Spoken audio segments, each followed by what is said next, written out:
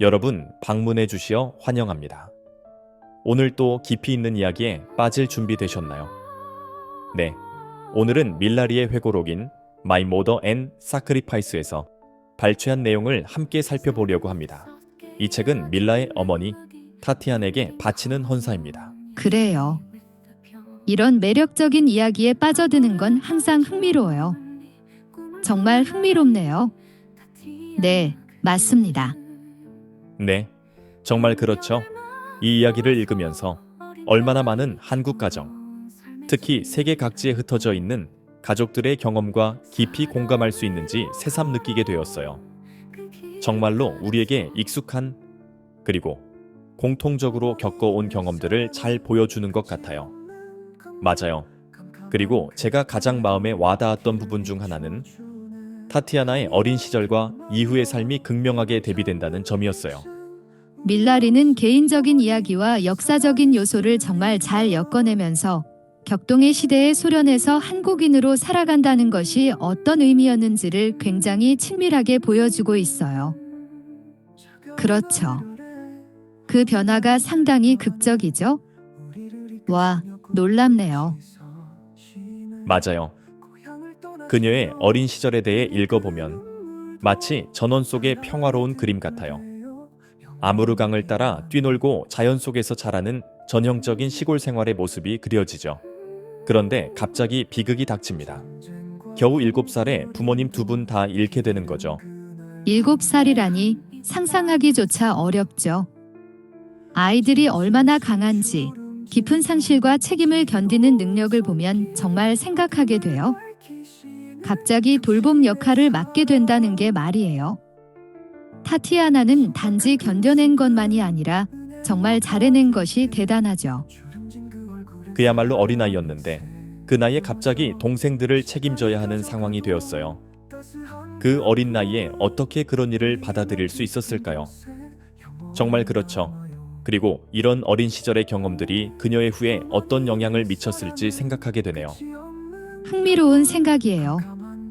그리고 회복력이라는 주제는 1937년에 한국인들이 강제 이주를 겪었을 때 더욱 강력하게 다가와요.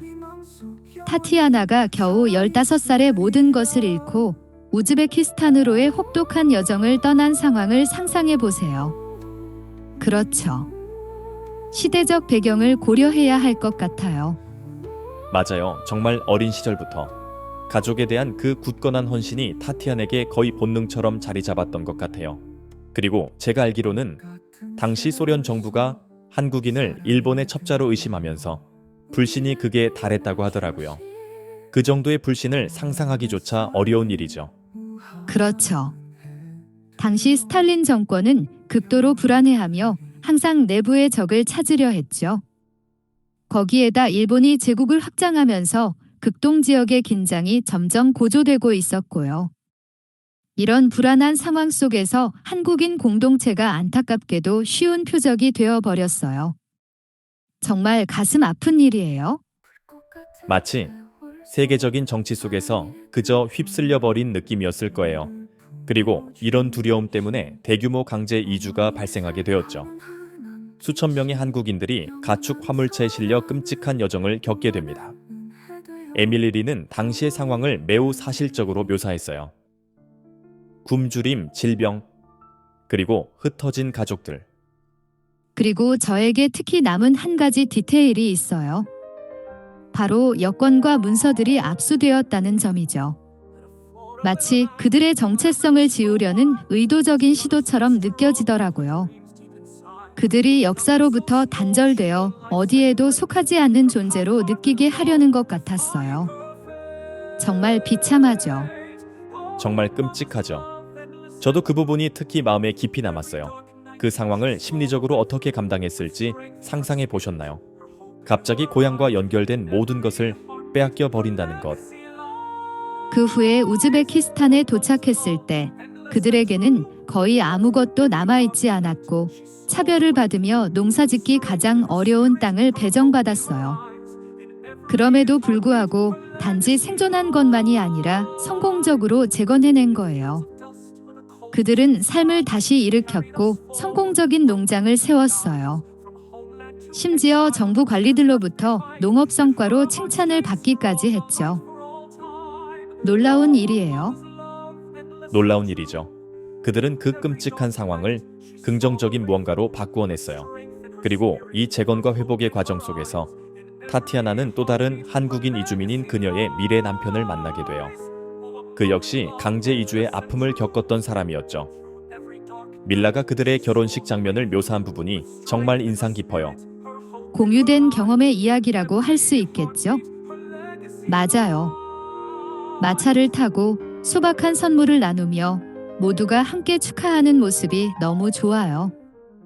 어려움 속에서도 사람들이 기쁨을 찾고 문화를 지켜가려는 모습을 보면 정말 감동적이에요.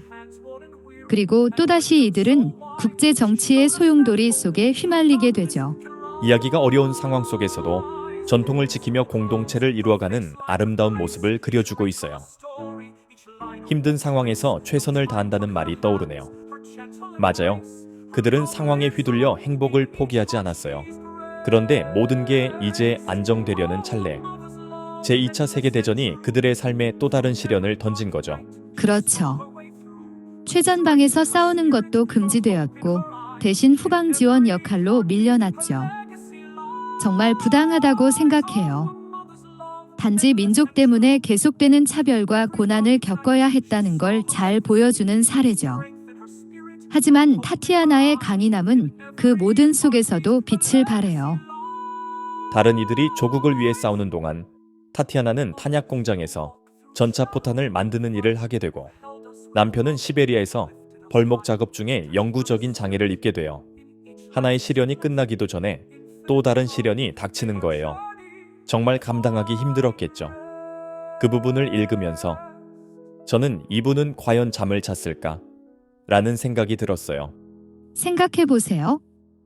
그녀는 전쟁을 위한 무기를 만들고 있었고 그 전쟁은 직접적으로 그녀의 가족에게 영향을 주고 있었어요. 남편은 부상당했지만 타티아나는 멈추지 않고 계속 나아갔어요. 그녀는 7명의 자녀, 그중 4명의 의붓자녀와 함께 시어머니까지 돌보며 가족의 중심이 되었죠. 흥미로운 점이 있어요. 밀라는 어릴 적에 정말로 어머니가 잠을 자지 않는다고 믿었대요. 그만큼 어머니는 계속해서 자신보다 다른 사람들의 필요를 먼저 챙기는 모습이었죠. 그렇죠. 그리고 타티아나의 이타심을 보여주는 가장 강력한 예 중 하나는 경제적으로 어려운 상황에서도 항상 자녀들에게 가장 좋은 음식을 주고자 했던 그녀의 고집이에요. 은근하지만 말하지 않아도 느껴지는 사랑의 언어가 정말 강력하죠. 그렇죠. 전형적인 엄마의 모습 같아요. 항상 다른 사람을 먼저 생각하는 거죠. 맞아요. 엄마들은 항상 타고 남은 빵을 먹는다. 뭐? 그런 거죠. 하지만 타티아나는 그 이상의 사람이었어요. 밀라는 어머니가 닭고기에서 덜 맛있는 부위를 더 좋아한다고 믿었어요. 훨씬 후에 어머니가 진짜로 하셨던 것이 무엇인지, 어떤 희생을 감수하셨는지 깨달았죠. 그리고 이런 희생이 주는 영향에 대해 다시 생각하게 만들어요. 그렇죠. 어머니들이 자신을 마지막으로 생각하고 가족을 돌보며 기쁨을 찾는 방식이 정말 감동적이에요. 맞아요. 타티아나의 이야기를 깊이 탐구하면서 이 부분을 더 자세히 알아볼 수 있을 거예요. 그 전에 잠시 멈추고 지금까지 배운 것들을 되짚어보죠. 상상할 수 없는 고난 속에서도 보여준 그녀의 강인함, 가족을 위한 헌신, 그리고 그녀의 놀라운 정신을 다시 한번 생각해 봅시다. 아이들이 세상을 보는 방식, 사랑과 가족에 대한 이해를 어떻게 형성하는지 생각하게 돼요. 정말 잘 표현하셨어요. 이제 타티아나의 말년에 대해 이야기해보면서 그녀의 사랑과 희생이 자녀와 손주들의 삶에 어떻게 이어졌는지 살펴볼게요. 좋아요. 그건 정말 강력한 상기예요. 가장 어두운 시기에도 인간의 정신이 빛을 발할 수 있다는 것을 보여주죠. 그리고 때로는 가장 깊은 사랑이 아주 작은 몸짓으로 표현된다는 것도요. 맞아요. 시간이 그냥 흘러가 버린 것 같고 충분히 그 시간을 누리지 못한 느낌 있잖아요. 타티아나는 이 모든 것을 어떻게 느꼈을지 정말 궁금해져요. 타티아나는 정말 어려운 시간을 겪어냈고 이제 가족이 점점 커지기 시작했어요. 손주만 19명이에요. 증손주들까지 태어나기 시작했죠. 이제야 드디어 평화와 기쁨의 시간이 찾아올 것 같죠. 그렇죠? 그런데 밀라리가 많은 사람들이 공감할 만한 내용을 언급해요. 바로 사랑하는 사람과 충분히 시간을 보내지 못한 것에 대한 후회 말이죠. 하지만 밀라는 이 부분을 묘사하면서 정말 인상 깊은 한 가지를 집중해서 이야기해요. 후회가 있었을까요? 그녀는 자신의 삶에 만족했을까요? 그녀의 입장에서 이야기를 들어본 적은 없죠. 그쵸? 네, 무슨 말씀인지 이해가 돼요. 그녀는 어머니가 가지고 계셨던 몇 안 되는 소지품에 대해 설명해요. 낡은 드레스 몇 벌과 얇은 슬리퍼 같은 대부분의 사람들이 별로 중요하게 생각하지 않을 것들. 하지만 타티안에게는 이것들이 소중한 보물이었어요. 정말 귀하게 여겨졌죠. 그녀가 물질적인 것들에는 거의 관심이 없었다는 게 정말 잘 드러나죠. 그녀는 항상 가족의 행복과 안정을 먼저 생각했지, 재산을 모으는데 관심이 있던 건 아니었어요. 오늘날의 사회가 물질적 소유에 얼마나 큰 가치를 두는지 생각해 보면 그녀의 삶은 정말 감동적이에요. 맞아요. 정말 자신을 돌아보며 우선순위를 다시 생각하게 만드는 이야기예요. 맞아요. 이토록 많은 고난을 겪어온 여성이 가족, 유대감, 그리고 주변 사람들과 나누는 사랑 같은 소박한 것에서 기쁨을 찾는 모습이 참 인상적이죠. 너무 아름다운 이야기예요. 그리고 중요한 것은 그녀의 이야기가 개인적인 경험에 그치지 않고 우즈베키스탄으로 이주한 한국인 디아스포라의 더 큰 서사와 연결되어 있다는 점이에요. 그들이 새로운 땅에서 어떻게 강한 회복력으로 새로운 삶을 만들어냈는지 우리가 앞서 이야기했었죠. 하지만 저는 또 다른 흥미로운 부분이 있다고 생각해요. 맞아요. 타티아나는 고난의 굴레를 끊고 싶다는 강력한 의지를 가지고 있었어요. 자녀들에게 더 나은 미래를 주고자 했죠. 자신은 정규 교육을 많이 받지 못했음에도 자녀들의 교육을 무엇보다 우선시했어요. 밀라는 어머니가 음악 레슨과 책 같은 기본적인 학습 기회를 위해 자신이 필요한 것들을 포기하셨다고 설명해요. 정말 감동적이에요. 그리고 정말 놀라운 점은요. 그 결실을 맺었다는 거예요. 타티아나의 모든 자녀들이 성공적인 삶을 살게 되었어요. 어머니가 평생 꿈꾸셨던 교육을 받은 거죠. 이건 교육의 힘, 그리고 자녀의 가능성을 향한 어머니의 변함없는 믿음의 증거라고 할 수 있어요. 행복은 물질에서 오는 게 아니라는 강력한 메시지를 주죠. 행복은 사람과의 유대에서 우리 삶 속의 사람들로부터 오는 것이니까요. 그런 면에서 보면 타티아나는 사실 굉장히 부유한 사람이었어요. 자녀들에게 자신이 가지지 못한 기회를 주고자 했던 그녀의 결심을 말하는 거죠. 우와, 하지만 타티아나의 이야기는 삶의 또 다른 면도 보여줍니다. 아이들이 잘 자라는 모습을 보면서 생기는 겸손함과 감사의 마음이죠. 그렇죠? 오늘날과 같은 세상에서 정말 중요한 메시지라고 생각해요. 우리가 자칫 물질적인 부를 추구하는 데 빠지기 쉬운 시대잖아요. 우리의 가치를 외적인 것으로만 판단하려는 경향이 있죠.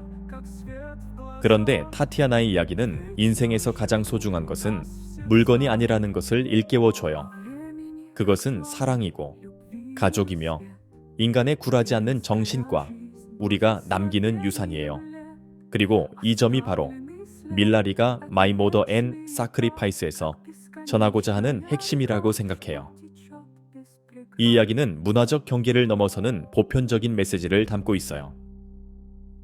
어머니와 자녀 간의 깊고도 영원한 사랑을 말이죠. 전형적인 이민 부모님들의 이야기 같아요. 그쵸? 자녀들을 위해 더 나은 삶을 주고자 하는 그 뜨거운 열망. 비록 자신의 편안함을 희생해야 할지라도요. 정말 그래요. 그리고 이건 정말 보편적인 주제라는 생각이 들어요. 부모들이 자녀에게 더 나은 삶을 주고자 하는 본능적인 열망, 다음 세대를 위해 더 나은 미래를 만들어주고자 하는 그 마음이요. 이제 오늘 깊이 있는 이야기를 마무리하면서 여러분께 질문을 던지고 싶어요. 오늘 이야기한 타티아나의 희생과 그녀가 보여준 회복력을 생각해 보세요. 이건 우리 자신에게도 던질 만한 좋은 질문 아닐까요? 그리고 어쩌면 또 다른 질문으로 이어질 수도 있겠죠. 우리는 우리 삶 속에서 그가 희생의 유산을 어떻게 기릴 수 있을까요? 우리에게 많은 것을 베풀어 주신 분들께 보여줄 수 있는 작은 친절과 감사의 표현은 무엇일까요?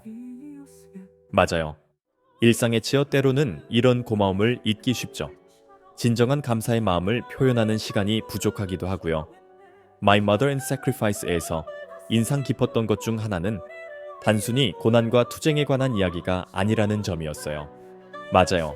이것은 한국 문화의 축제이기도 하고 한인 디아스포라의 강인함을 보여주는 이야기였어요. 그렇죠. 강제로 이주하게 되었고 새로운 세상에 적응해야 했지만 그들은 전통 언어 그리고 정체성을 굳게 지켰어요. 타티아나는 이런 상황을 어떻게 느꼈을지 궁금해지네요. 그녀가 고향이나 자신이 가졌을 수 있는 다른 삶을 그리워했을까요? 맞아요. 우리의 삶은 단지 힘든 순간들로만 정의되는 게 아니라는 것을 상기시켜주죠. 우리가 나누는 사랑, 맺는 관계들, 그리고 남기는 유산에 대해서도요. 타티아나의 유산은 강인함과 이타심, 가족과 공동체를 향한 변함없는 사랑이에요. 그리고 그녀의 이야기를 듣는 모든 사람들에게 영감을 주는 유산이기도 하죠. 이제 타티아나의 특별한 삶에 대한 깊이 있는 이야기를 마무리하며 여러분께 마지막으로 하나의 생각을 남기고 싶어요. 여러분의 삶 속에서 그와 같은 사랑과 헌신을 보여준 사람들을 광치더 날창원현 떠올려 보세요. 그들의 희생을 단지 말로만이 아니라 행동으로 어떻게 기릴 수 있을까요? 강인함, 관대함, 사랑이라는 가치를 여러분의 삶에 어떻게 이어갈 수 있을까요? 그들의 희생을 어떻게 의미 있게 만들 수 있을까요? 자신만을 위해서가 아니라 주변 사람들, 그리고 더 나아가 세상을 위해서요. 자, 오늘은 밀라리의 애정 어린 글을 통해 전해진 타티아나의 놀라운 삶에 대한 깊이 있는 이야기를 여기서 마칩니다. 이번 여정을 통해 가족의 힘, 인간 정신의 강인함, 그리고 사랑하는 사람들을 소중히 여기는 것의 중요성을 새롭게 느끼셨길 바랍니다. 오늘도 함께 해주셔서 감사합니다. 다음 시간까지 계속 탐구하고 질문하고 계속 배워나가길 바랍니다.